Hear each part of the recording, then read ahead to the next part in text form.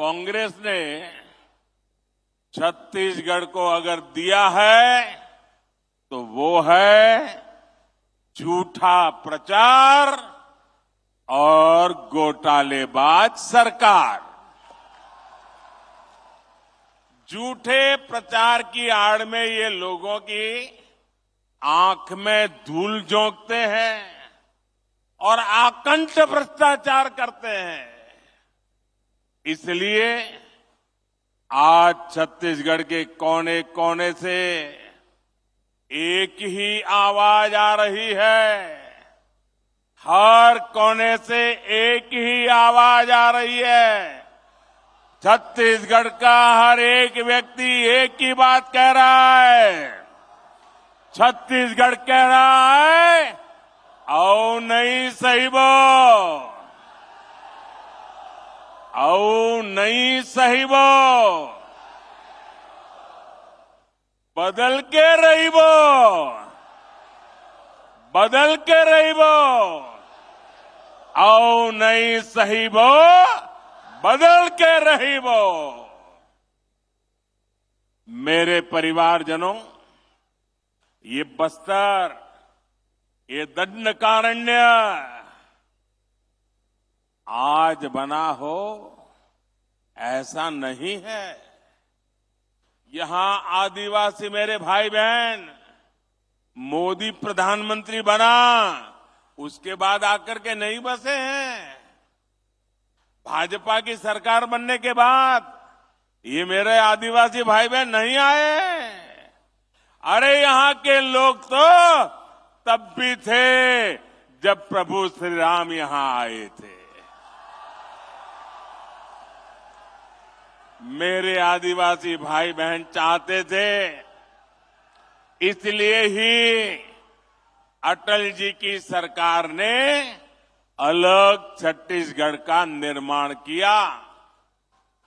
भाजपा सरकार ही थी, अटल जी की सरकार थी जिसने केंद्र में अलग जनजातीय अलग मंत्रालय बनाया, जनजातीय विकास के लिए अलग बजट बनाया और जनजातीय विकास के लिए पूरी सरकार के अंदर एक विभाग खड़ा कर दिया। और कांग्रेस ने इतने दशकों का क्या किया भाई? कांग्रेस ने बस्तर को भी दशकों तक नजरअंदाज किया। आप लोगों की परवाह ही नहीं की। उनके दो चार ठेकेदारों को संभालते थे और वही आपसे वोट लेकर के उनको दे देते थे, उनकी गाड़ी चल जाती थी। उनको आपकी परवाह ही नहीं थी। ये भाजपा सरकार है, यहां मेडिकल कॉलेज, इंजीनियरिंग कॉलेज बनाए। भाजपा सरकार ने दंतेवाड़ा में एजुकेशन सिटी बनाई और मैं तो उसको देखने गया था। साथियों, मैंने अपने जीवन का बड़ा हिस्सा, ये मेरा सौभाग्य रहा है कि राजनीति में आने से पहले मेरे जीवन के बहुत वर्ष मैंने आदिवासी क्षेत्रों में गुजारा है। मेरा तो आपसे सीधा नाता है, दिल का नाता है। मुझे गर्व है कि देश की पहली आदिवासी महिला राष्ट्रपति बनाने का गौरव भी भाजपा को मिला है। आप जानते हैं, कांग्रेस की तुलना में भाजपा सरकार आदिवासी समाज के लिए 5 गुना ज्यादा बजट देती है। अगर वो 1 रुपया देते थे तो हम 5 रुपया देते हैं। ये 100 रुपया देते थे तो हम 500 रुपया देते हैं। भाजपा सरकार ने ही 15 नवंबर यानी भगवान बिरसा मुंडा के जन्म दिवस को जनजातीय गौरव दिवस घोषित किया। हमारी सरकार आदिवासी सेनानियों और क्रांतिवारों को समर्पित स्वतंत्रता सेनानी म्यूजियम बनवा रही है। हमने जनजाति वर्ग के छात्रों को दी जा रही छात्रवृत्ति उसको भी 2.5 गुना कर दिया है। बीते 9 वर्षों में 300 से अधिक एकलव्य मॉडल आवासीय विद्यालय मेरे जनजाति बच्चों के लिए हमने खोले हैं। साथियों, भाजपा सरकार देश में आकांक्षी जिला कार्यक्रम चला रही है। बस्तर संभाग के भी अनेक जिले ये आकांक्षी जिलों में शामिल है। अब तो हम उससे भी आगे बढ़कर के जिले से निकल के जाकर के आकांक्षी ब्लॉक्स की पहचान कर रहे हैं। इस अभियान के तहत शिक्षा, स्वास्थ्य और रोजगार से जुड़े बड़े बड़े प्रोजेक्ट्स यहां शुरू होने वाले हैं। इसके अलावा भी हम छत्तीसगढ़ के उसमें आधुनिक इंफ्रास्ट्रक्चर का निर्माण कर रहे हैं। आज भी यहां 27,000 करोड़ रुपए उसके से भी अधिक प्रोजेक्ट बस्तर को मिले हैं, छत्तीसगढ़ को मिले हैं। मेरे परिवारजनों, आज यहां बहुत बड़े और देश के आधुनिकतम स्टील कारखाने का लोकार्पण हुआ है। आप मुझे बताइए, आपको गर्व हो रहा है कि नहीं हो रहा है? इतना बड़ा स्टील का कारखाना आपको मिला है, आपको गर्व हो रहा है कि नहीं हो रहा है? ये छत्तीसगढ़ कांग्रेस वालों को नहीं हो रहा है। इतना बड़ा कार्यक्रम अभी सरकार का था, छत्तीसगढ़ सरकार का एक भी मंत्री भी नहीं आया, मुख्यमंत्री भी नहीं, उप मुख्यमंत्री भी नहीं। आप कहिए भैया, आपकी भलाई के काम में ये सरकार ने आना चाहिए कि नहीं आना चाहिए? आना चाहिए कि नहीं आना चाहिए? ये आपका अगर भला चाहते हैं तो वहां आकर के बैठना चाहिए कि नहीं बैठना चाहिए? नहीं आते हैं। इसके 2 कारण है। एक, उनको सरकार जाने की इतनी चिंता है कि उनके पास यहां आने के लिए समय ही नहीं है, सरकार बचाने में लगे हैं। और दूसरा कारण है, ये मोदी है। अगर मोदी के सामने जाना है तो कोई आकंठ भ्रष्टाचारी मोदी से आंख नहीं मिला सकता है, और इसलिए वो आने से डरते हैं, भाग जाते हैं। मेरे साथियों,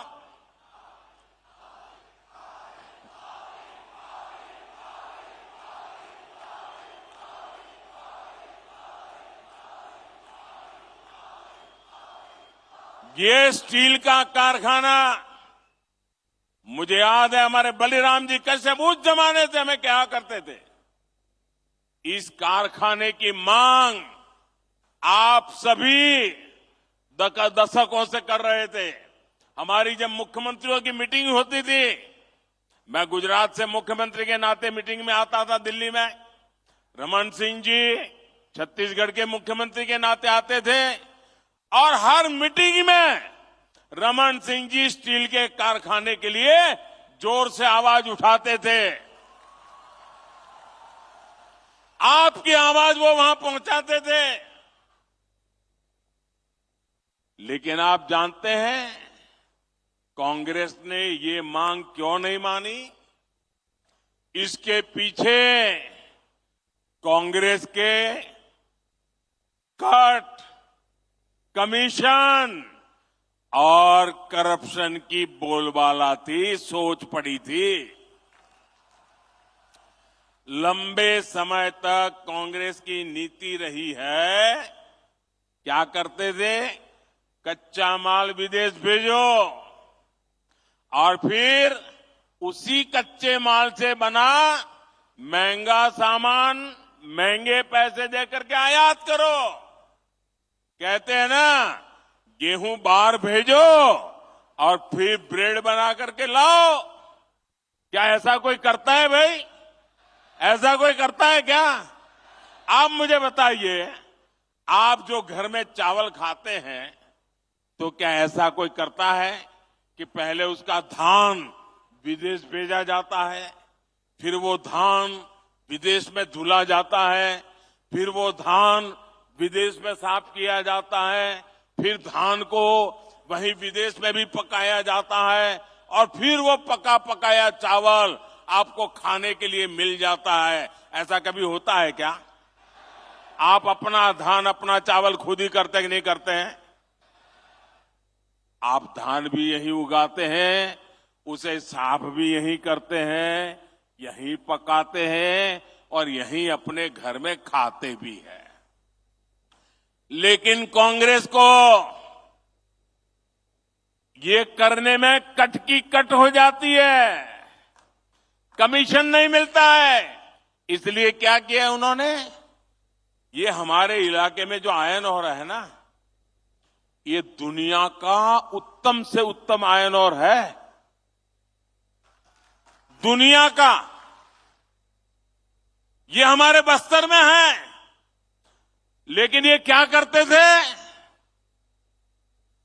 आयरन ओर में से स्टील यहां बनाने के बजाय, जिसका कोई हिसाब किताब न हो, कितना माल निकाला पता न चले, जितना उठा सकते हो उठाओ, विदेश भेज दो और बीच में मलाई खा लो।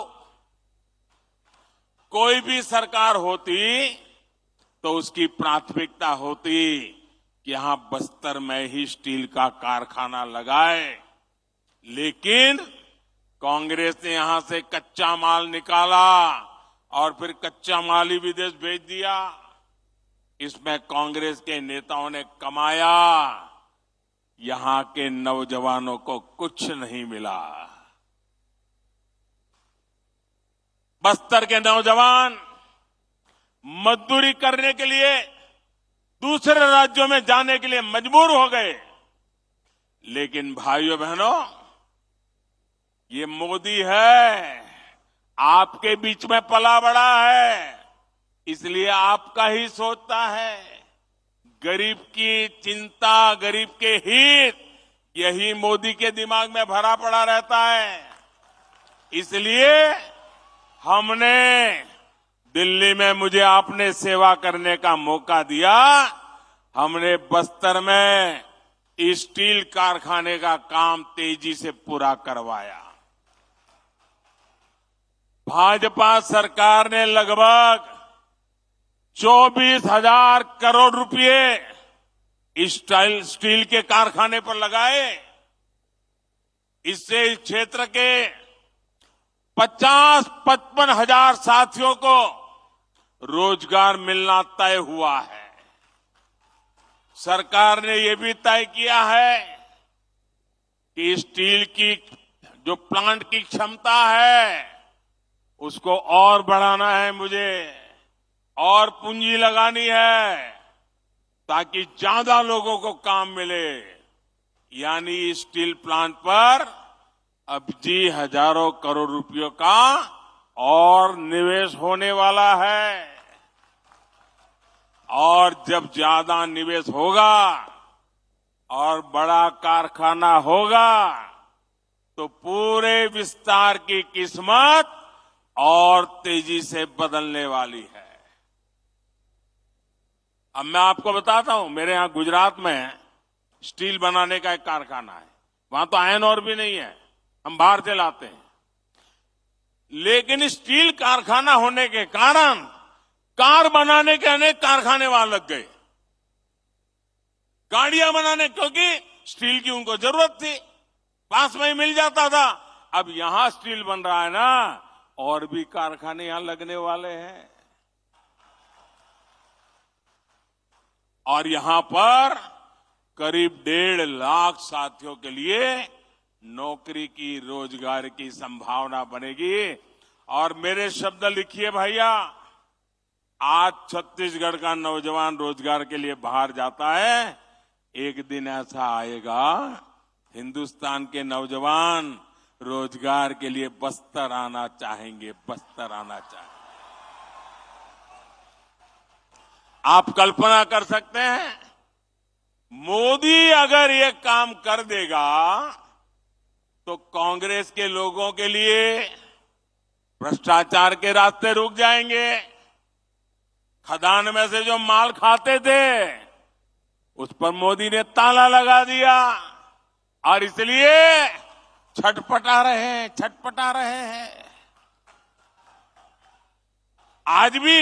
आज भी कितनी झूठी बातें फैलाई, लेकिन आपने उन पर ये तमाचा मारा। इतनी पब्लिक आकर के आपने उनको तमाचा मारा है। झूठी बातें फैलाकर इनका इरादा समझिए। बस्तर के मेरे नौजवानों, इनका इरादा समझिए। ये झूठी बातें फैलाकर ये स्टील प्लांट को भी हड़पना चाहते हैं। इस स्टील प्लांट को भी कांग्रेस ही अपने बच्चों, अपने रिश्तेदारों की तिजोरी भरने का माध्यम बनाना चाहते हैं। लेकिन मेरे बस्तर के भाइयों बहनों, ये मोदी की गारंटी है, ये मोदी नहीं होने देगा। ये बस्तर का स्टील प्लांट आपका है, बस्तर के लोगों का है। इस स्टील प्लांट के मालिक मेरे बस्तर के लोग हैं, मेरे छत्तीसगढ़ के लोग हैं। मोदी इसका मालिक नहीं है, मोदी इसका मालिक नहीं है, और न ही कोई दूसरा नेता, कोई कांग्रेसी को मैं इसका मालिक बनने देने वाला हूं।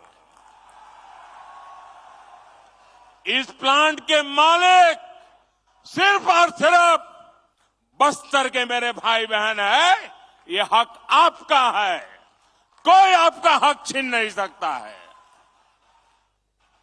इस पर कांग्रेस के नेताओं को किसी भी हालत में कब्जा नहीं करने दिया जाएगा। उनको कटकी कंपनी, कमीशन कंपनी, भ्रष्टाचार, बेईमानी करने का मौका नहीं दिया जाएगा। आप मेरे साथ सहमत हैं? तो एक काम करिए, अपना मोबाइल फोन निकालिए और उसकी फ्लैश लाइट चालू कीजिए।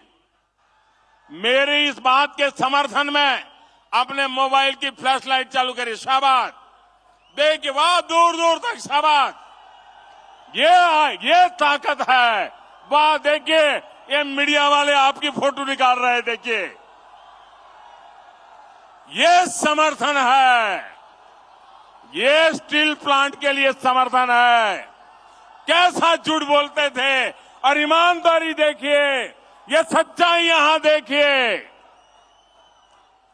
बहुत बहुत धन्यवाद मेरे बस्तर के भाइयों बहनों।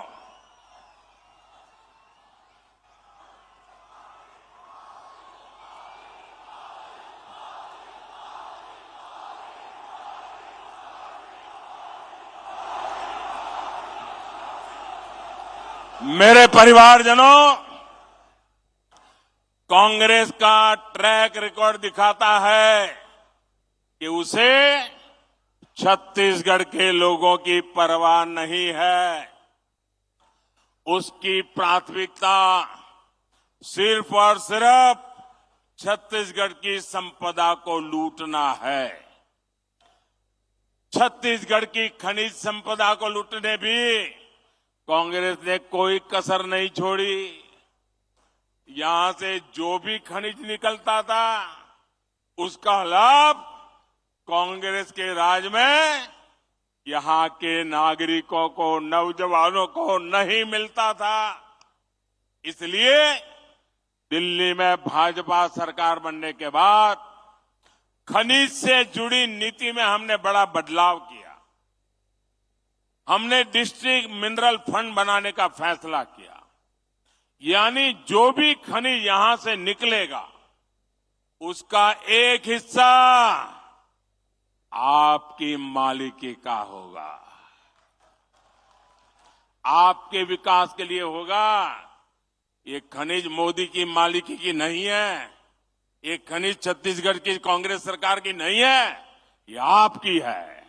इसका हक आपको देने का काम ये मोदी ने किया है। भाजपा ने आपको विकास का साझेदार बनाया, आपको पार्टनर बनाया। इसके तहत छत्तीसगढ़ को 8,000 करोड़ रुपए मिले हैं। लेकिन जानते हैं कांग्रेस ने इस पैसे से क्या किया? यहाँ की कांग्रेस सरकार ने इसमें भी घोटाला कर दिया है। साथियों, आपकी वन उपज के साथ कांग्रेस ने क्या किया ये भी आपने देखा है। वन उपज तो हमारे जनजातीय समाज के आर्थिक जीवन का बहुत बड़ा हिस्सा रहा है, लेकिन जब तक दिल्ली में कांग्रेस सरकार थी तब तक ये लोग सिर्फ 10-12 वन उपजों पर ही एमएसपी देते थे। आज जो नौजवान है उन्हें ये पता होना चाहिए कि उनके माता पिता, दादा दादी, नाना नानी को कांग्रेस ने नमक से ठगा है, नमक से ठगा है। ये आज के नौजवानों को मैं बताता हूं, चिरौंजी जैसे बहुमूल्य वन उत्पाद हमारे आदिवासी परिवार इकट्ठा करते थे, बोरा बोरा लेकर हाट बाजार पहुंचते थे। वहां उन्हें 2-4 किलो नमक देकर ही ठगा जाता था। आपके दादा दादी के साथ ये किया इन्होंने। ये तो भाजपा सरकार है कि जिसने राशन की दुकानों में मुफ्त में नमक देना शुरू किया, तब जाकर कांग्रेस का ये शोषण बंद हुआ। जो उत्पाद एमएसपी के दायरे में नहीं थे उन्हें कांग्रेस के ठेकेदार ऐसे ही औने पौने दाम पर खरीदते थे, फिर ज्यादा मुनाफा पर बेच देते थे। आज भाजपा सरकार करीब करीब 90 वन उपज को एमएसपी के दायरे में ला चुकी है। कितनी 90। कितनी? पहले कितनी थी? 10-12। कांग्रेस के जमाने में कितनी थी? कांग्रेस के जमाने में कितनी थी? मोदी कितना पहुंचाया? मोदी ने कितना पहुंचाया? ये आपके प्रति जो प्यार है ना, उसके कारण होता है। भाजपा सरकार ने वन धन केंद्र बनाकर वन उपज के बेहतर दाम देने का रास्ता खोला है। आज छत्तीसगढ़ के हजारों आदिवासी बहनों भाइयों को वन धन केंद्रों में रोजगार मिला है। साथियों, कांग्रेस की सरकार ने यहां तेंदुपत्ता संग्राहकों के साथ क्या किया था ये भी आप अच्छी तरह जानते हैं। भाजपा सरकार ने तेंदुपत्ता के काम से जुड़े परिवारों के लिए जो भी कल्याणकारी कार्यक्रम बनाए थे वो कांग्रेस ने बंद कर दिए। बोनस कभी मिलता है, कभी नहीं मिलता, मिलता है तो कम मिलता है, और पाना है तो कांग्रेस वाले का कुर्ता पकड़ के जाना पड़ता है, उसके जेब में कुछ डालना पड़ता है। तेंदुपत्ता की खरीदी कभी होती है, कभी नहीं होती है। आदिवासियों का ऐसा शोषण अब छत्तीसगढ़ में नहीं चलेगा। जैसे ही यहां भाजपा सरकार बनेगी, वैसे ही तेंदुपत्ता संग्राहकों के लिए के पहले की तरह ही बेहतर व्यवस्था बनाई जाएगी। साथियों, मैं आज छत्तीसगढ़ के धान किसानों को भी मेरे दिल की एक बात बताना चाहता हूं। कांग्रेस आपको धान की कीमतों के नाम पर धोखा दे रही है, झूठ बोल रही है। सच्चाई ये है कि छत्तीसगढ़ के धान किसानों का दाना दाना याद रखेंगे। मैं जो क्या याद रखेंगे कि भूल जाएंगे? गांव गांव जाके बताएंगे। छत्तीसगढ़ के धान किसानों का दाना दाना केंद्र सरकार खरीदती है, मोदी सरकार खरीदती है। भाजपा सरकार ने 1,00,000 करोड़ रुपए छत्तीसगढ़ के धान किसानों को दिए हैं। यहां पर जब भाजपा सरकार बनेगी तो धान किसानों का पूरा पूरा ध्यान रखने की गारंटी ये मोदी की गारंटी है। मेरे बस्तर के भाइयों बहनों, मेरे छत्तीसगढ़ के भाइयों बहनों, मेरे छत्तीसगढ़ के नौजवान, मेरे बस्तर के नौजवान, मोदी आज कहने आया है, आप मेरे शब्द लिख करके रखिए, आपका सपना ही मोदी का संकल्प है। यही मोदी की गारंटी है। आज बस्तर सहित पूरे देश में आयुष्मान भारत योजना के तहत हेल्थ एंड वेलनेस सेंटर बने हैं। मकसद ये है कि दूर सुदूर की मेरी आदिवासी बहनों को इलाज के लिए नजदीक ही सुविधा मिले। पूरे छत्तीसगढ़ में ऐसे लगभग 6,000 अस्पताल बनाए जा चुके हैं। इनमें से 1,000 से अधिक Ayushman health and wellness centre तो सिर्फ और सिर्फ ये मेरे बस्तर संभाग में है। मोदी ने ही आपके 5 लाख रुपए तक मुफ्त इलाज का प्रबंध किया, गरीब को मुफ्त राशन की व्यवस्था की, पक्के घर का इंतजाम किया, बिजली और पाइप से पानी का प्रबंध किया, आदिवासी परिवारों के बेटे बेटियों के स्वरोजगार के लिए सरकार विशेष स्टैंड अप इंडिया योजना चला रही है। साथियों, आज मैं बस्तर के छत्तीसगढ़ के युवा साथियों को भी एक बात बताना चाहता हूं। जो पहली बार अपना वोट डालने जा रहे हैं, वो नौजवान मेरी बात सुनिए। आपको 2014 से पहले की घटनाओं के बारे में जानना जरूरी है। 2014 से पहले दिल्ली में जो सरकार थी ना, अखबारों में बड़े बड़े घोटाले छाए रहते थे। लाखों करोड़ों के घोटाले, यही खबरें होती थी और पूरी दुनिया में हमारे देश का नाम पूरी तरह बदनाम करके रखा था। 2014 में देश ने कांग्रेस की सरकार को उखाड़ फेंका और पूर्ण बहुमत की भाजपा सरकार दिल्ली में बनाई। आज घोटालों के बजाय दुनिया में भारत के गौरव की चर्चा होती है, भारत के सामर्थ्य की चर्चा होती है। आप मुझे बताइए, आज दुनिया में हिंदुस्तान का डंका बज रहा है कि नहीं बज रहा है? ऐसे नहीं, पूरी ताकत से बताइए, हिंदुस्तान का डंका बज रहा है कि नहीं बज रहा है? अमेरिका में हिंदुस्तान का डंका बज रहा है कि नहीं बज रहा है? यूरोप में हिंदुस्तान का डंका बज रहा है कि नहीं बज रहा है? जापान में हिंदुस्तान का डंका बज रहा है कि नहीं बज रहा है? सिंगापुर में हिंदुस्तान का डंका बज रहा है कि नहीं बज रहा है? आपको गौरव होता है कि नहीं होता है? आपका माथा ऊंचा होता है कि नहीं होता है? इसलिए मेरा युवा साथियों, आपको एक बात जरूर ध्यान रखनी है। आज देश के बहुत कम राज्यों में कांग्रेस की सरकारें बची हैं और एक बार जाती है ना 25-25 साल तक वापस नहीं आती है।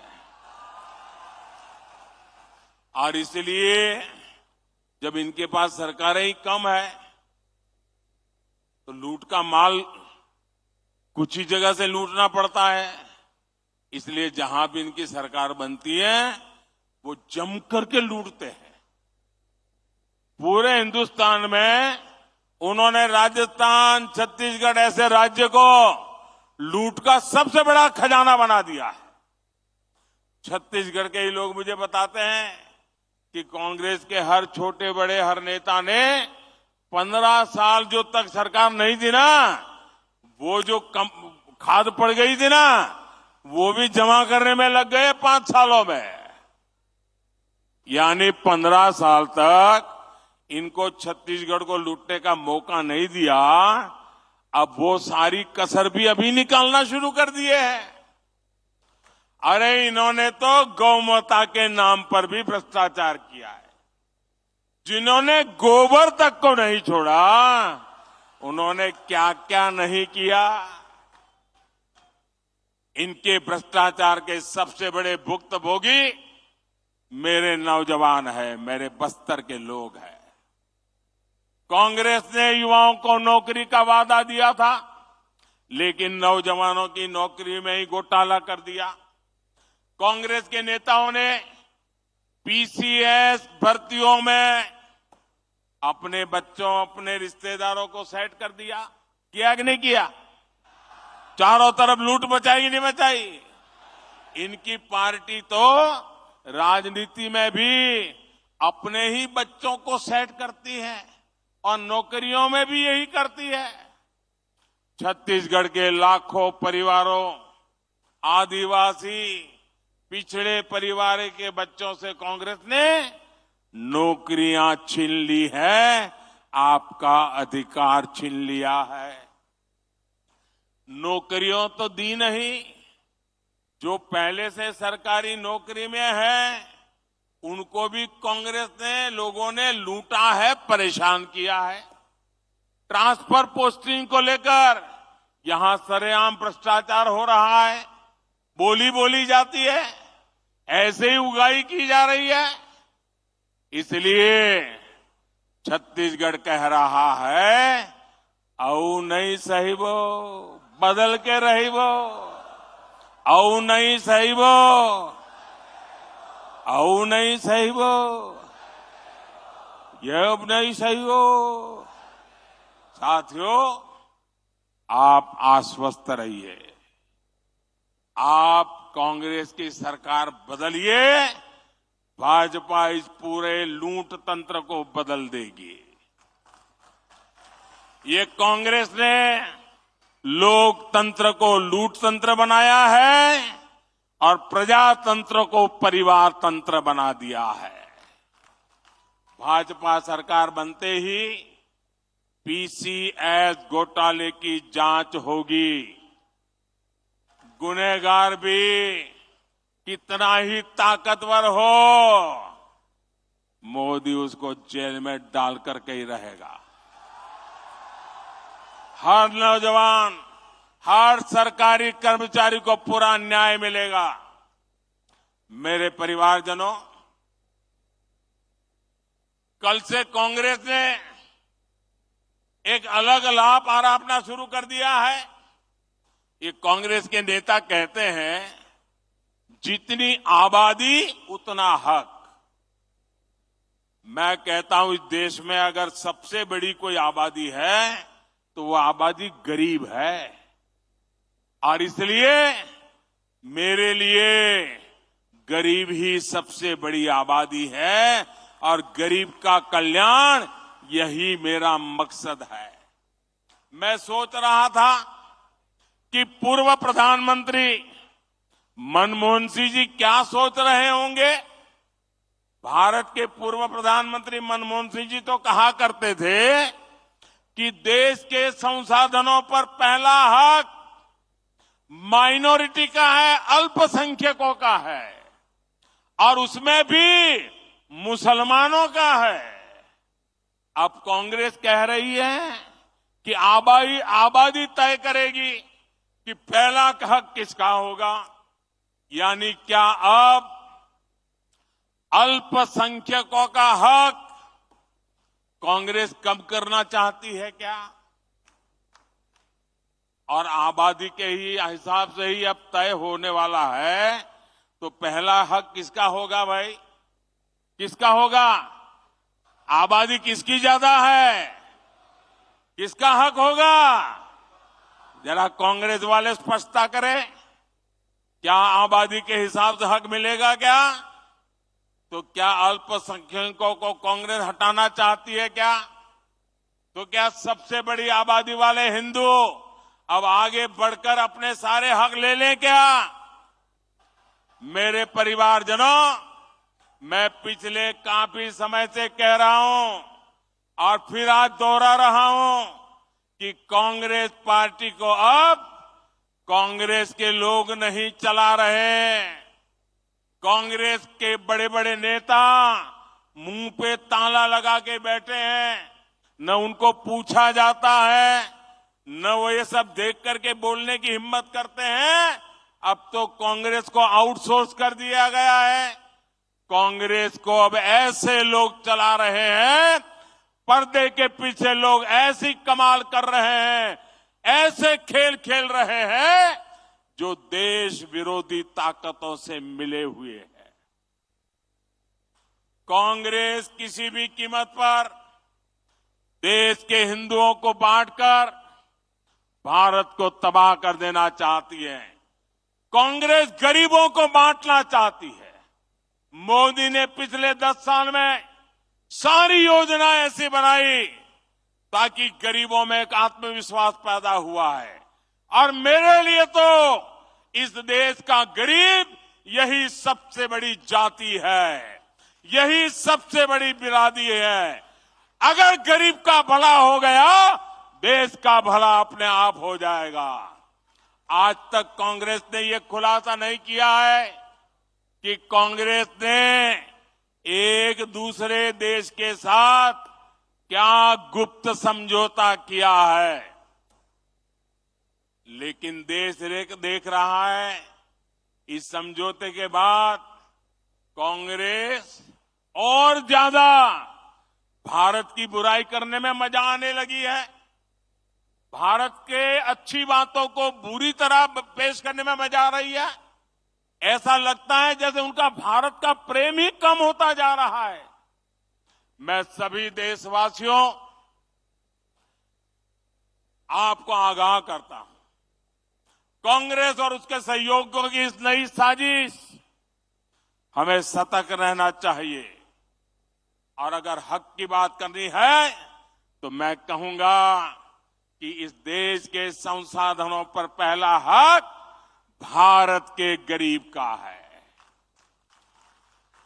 गरीब चाहे वो दलित हो, गरीब चाहे वो पिछड़ा हो, गरीब चाहे आदिवासी हो, गरीब चाहे सामान्य वर्ग से हो, हमें सबसे बड़ी जाति मेरे लिए गरीब है। हमें गरीब की चिंता करनी है, हमें गरीब का जीवन बदलना है। कांग्रेस देश के लोगों में आपसी खाई बढ़ाना चाहती है, वैर भाव बढ़ाना चाहती है। इसलिए कांग्रेस अब पूरी नई भाषा बोलने लगी है। मेरे परिवारजनों, कांग्रेस के दशकों के शासन ने देश को सिर्फ गरीबी दी है। कांग्रेस ने समाज को जाति के आधार पर बांटने का ही काम किया है ताकि इनका वोट बैंक सुरक्षित रहे। कांग्रेस आज भी इसी काम में जुटी है। आज भी यहां छत्तीसगढ़ में अलग अलग समाज अपने हक के लिए आवाज उठा रहे हैं, लेकिन कांग्रेस की सरकार साजिश के तहत उन्हें जेल में डाल देती है, उनकी आवाज को दबाने में जुटी है। दूसरी तरफ भाजपा सरकार सामाजिक न्याय के लिए पूरी तरह समर्पित है। हाल में ही संसद में महरा समाज को एससी वर्ग का दर्जा दिया गया है। इस समाज की यह मांग भाजपा सरकार ने पूरी की है। वर्षों तक अपने अधिकारों से वंचित रहे आवारा आदिवासी वर्गों को एसटी का दर्जा देकर भाजपा सरकार ने एक ऐतिहासिक निर्णय लिया है। यानी जिनकी सूद कांग्रेस ने कभी नहीं ली, उनको हक देने में भाजपा हमेशा आगे रही है। मोदी की गारंटी मतलब हर गारंटी पूरा होने की गारंटी। कांग्रेस ने महिलाओं को भी दशकों तक आरक्षण के बिना धोखे में रखा। नारी शक्ति वंदन अधिनियम, आदिवासी बेटी हमारी माननीय राष्ट्रपति द्रौपदी मुर्मू जी के हस्ताक्षर से कानून बन गया है। अब यहां के एससी एसटी समाज सहित सभी बहनों के लिए विधानसभा और लोकसभा में 33% सीटें आरक्षित हो गई है। इसलिए कांग्रेस के कुशासन को हटाना है और भाजपा के सुशासन को लाना है। इसलिए पूरे बस्तर को, जगदलपुर को, छत्तीसगढ़ को आज एक संकल्प लेना है। यहां कांग्रेस के कुशासन को हटाएंगे और भाजपा के सुशासन को लाएंगे। जब विकास का डबल इंजन यहां फिर लगेगा, यहां भाजपा का मुख्यमंत्री बनेगा, तो फिर से छत्तीसगढ़ विकास की नई रफ्तार पकड़ेगा। एक बार फिर इतनी बड़ी तादाद में आए, आपने आशीर्वाद दिए, मैं आपका हृदय से बहुत बहुत आभार व्यक्त करता हूं। बहुत बहुत धन्यवाद।